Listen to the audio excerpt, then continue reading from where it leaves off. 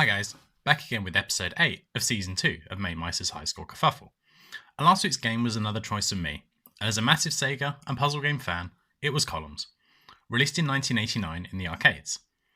It's a game with masses of nostalgia for me, and something I really enjoyed playing, but it seems for everyone else, not so much, and didn't capture people's attention the way other games have. This unfortunately meaning we've not had the same level of competition over on the Discord. Even so, the majority of people still got submissions in, so let's take a look at the scores. There were 18 submissions this week, which is another good showing, but we didn't get as many resubmissions with higher scores as we've had previously, although better scores did trickle in as we approached the deadline. With fewer people putting lots of time in, this presented itself as an opportunity to get some points on the board for those that did at least tolerate this game. Firstly, I'd recommend taking a look at Colin's livestream. Seeing his frustration build is pretty funny, and he finished just outside the points in 11th.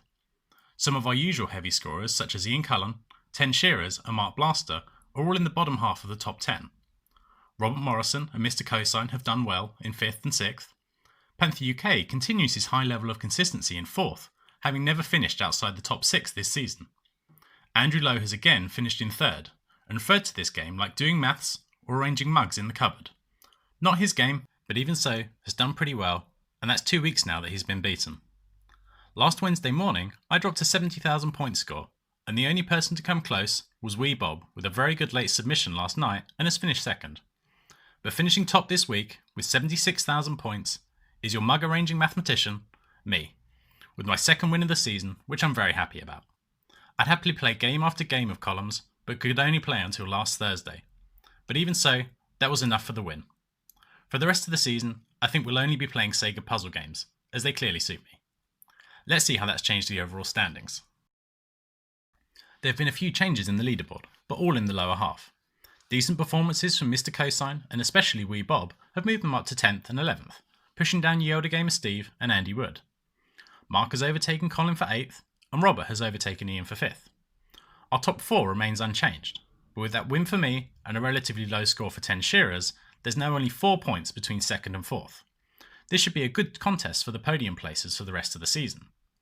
Our top spot remains unchanged though, and even for a game that Andrew doesn't like, he's still come 3rd, and extends his lead at the top. Andrew is very close to being formally uncatchable. Let's see how everyone else gets on with this week's game. For the next game, we've got a suggestion from Ian. The timing of this is good given the success of last week, as Ian has chosen Columns 2, The Voyage Through Time, released by Sega in 1990. This game built on the great foundation set by the original, with the introduction of flash columns, which we'll be playing this week.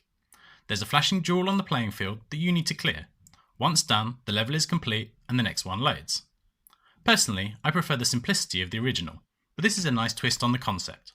All the practice from last week should pay dividends here, as the game is basically the same. So I hope you all enjoy playing some Columns 2, and I'll be back later today with the actual game this week. See you then.